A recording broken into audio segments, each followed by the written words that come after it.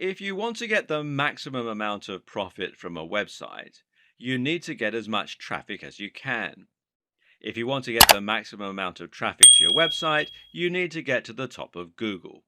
And if you want to get to the top of Google, you need SEO, or search engine optimization. Search engine optimization is the process of optimizing a website so that Google will be more likely to index it and ensure that it ranks highly for the most relevant keywords and phrases. For example, if you have a website that sells hats, then you might try to get it to rank for the phrase buy hats online. To do this, you will go through an optimization process that would involve both on-site and off-site strategies. With any luck, you would eventually be able to get your website to the top of the SERPs, that's the search engine results pages, for that term, and thereby attract a huge amount of traffic. More importantly, that traffic would not just be from random visitors, but would instead be from specific people who are looking for hats. Better yet, those people will be looking for hats at the very point they came to your website. Why else would they search for hats? Which means they're ready to buy, and it should only take a small push to get them to make that decision. SEO can be a slow-going process, but it's still possible to climb the ranks and get your website to a point where it will start getting more and more organic traffic from searches. SEO essentially works by attempting to second-guess the algorithms used by Google to decide which sites to index and where to rank them. Google works by using bots, an index, and an algorithm. The bots, also known as robots or spiders, are small pieces of code designed to head out onto the web and look for content. They read web pages and they add that content to a massive index which Google can use as a reference. From there, Google will then use an algorithm to identify which content in that index is relevant to which search and which is offering value to the end user. Ultimately, the aim of Google is to help people find interesting content that will be relevant to what they're looking for. This involves a lot of factors, and the algorithm will look at how many links the content has, how visitors behave on that website, and the use of key phrases within the content. If a word or phrase is repeated often enough, then it is possible to deduce that said word or phrase is likely to be the subject matter, and thus should come up in searches for matching terms. SEO basically works by predicting and guessing how the algorithm works, because no one can be completely sure, and then using that information in order to engineer your website to get the maximum number of hits. It means gaming the system, and this in turn can allow you to trick Google into believing that your site should be number one.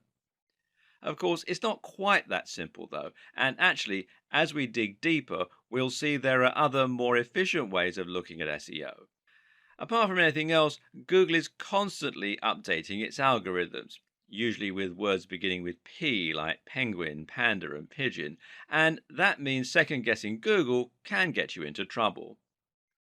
Being effective at SEO means having an up-to-date understanding of how it works and knowing the core principles that underpin the different strategies. That's where this video series comes in. Keep watching and you'll learn which old, outdated strategies you need to avoid, how to work with Google to get the very best results, and how to future-proof your site for upcoming changes. This is the modern guide to SEO for modern marketers and site owners. This is your SEO Bible and your key to unlocking incredible success on the web. We're going to start this series with a little history lesson. Why? Because understanding how SEO used to work, how it has progressed, and what you now need to avoid is a very good way of creating context and helping you to understand what SEO means today. When SEO was first born, Google's algorithm was a lot simpler and manipulating it to your own ends was a lot easier as a result.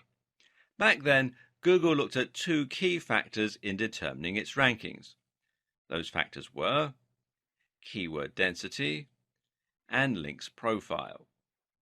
Your links profile, also called your backlinks profile, is essentially determined by how many links you have pointing to your website coming from other sites. This serves two important roles. Firstly, links help Google's robots to find your website. Bots crawl the web by reading content and following links from one site to another. If you have a link on a site that Google has already indexed, then this will allow it to find yours and add it to the network. At the same time, Google views links as testimony, assuming that a website would only link to another website if it thought said website was good and had something valuable to offer its users. Google would also assume that if you have links from 20 websites about hats, then your site is probably going to be about hats as well, especially if the anchor text has your search phrase in it. The other factor was keyword density.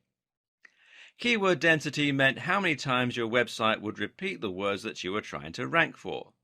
The more content you had and the more often you repeated the same phrase throughout that content, the more likely you would ultimately be to get ranked for that search term and to show up high in the SERPs. Of course, it was also important to research the keywords and to make sure they were actually being searched for. For this, marketers could use Google's keyword research tool in order to check the volume of searches and to get an idea about how much competition there was. A savvy optimizer would then be able to look at terms with the highest search volumes and lowest amount of competition and then try to rank for those phrases specifically. This simple algorithm makes a lot of sense in theory and should have helped Google to find content that people will be looking for quickly and easily. It would read the content in order to see which site was the most relevant for that term, and it would look at which sites had the most links from other websites.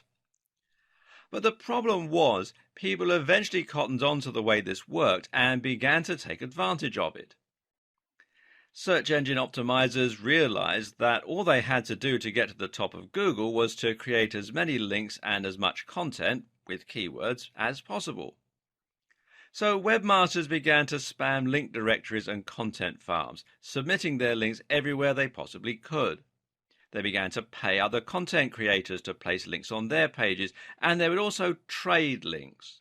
Most websites ended up with a massive list of links somewhere on one of their pages, and these would just be other random sites that had contacted them and asked to exchange links.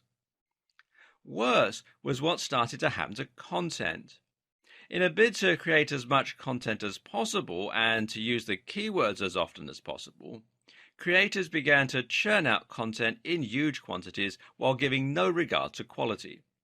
They also began using keyword stuffing, which essentially means repeating keywords over and over again, even when it doesn't make any sense. A typical website from the early 2000s might read, "Are you looking to buy hats online?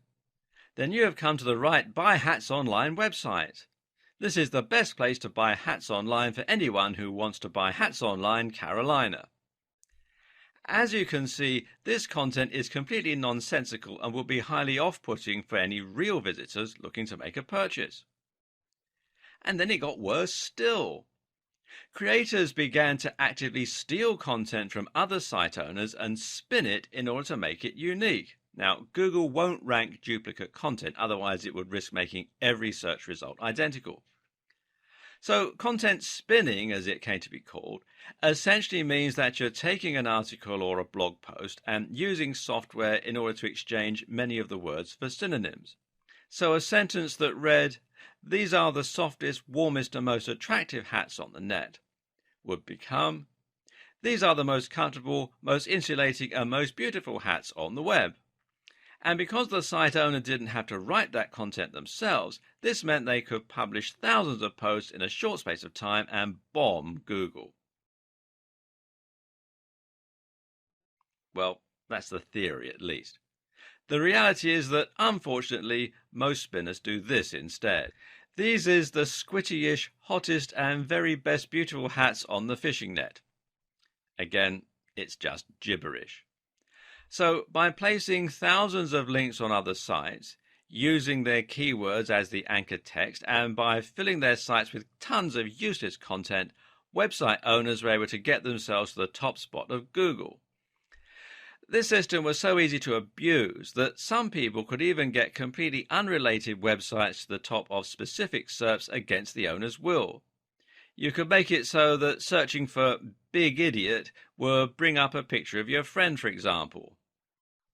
This was called a Google bomb. Obviously, this started to make a mess of Google's results, and so Google had to adapt and get smarter.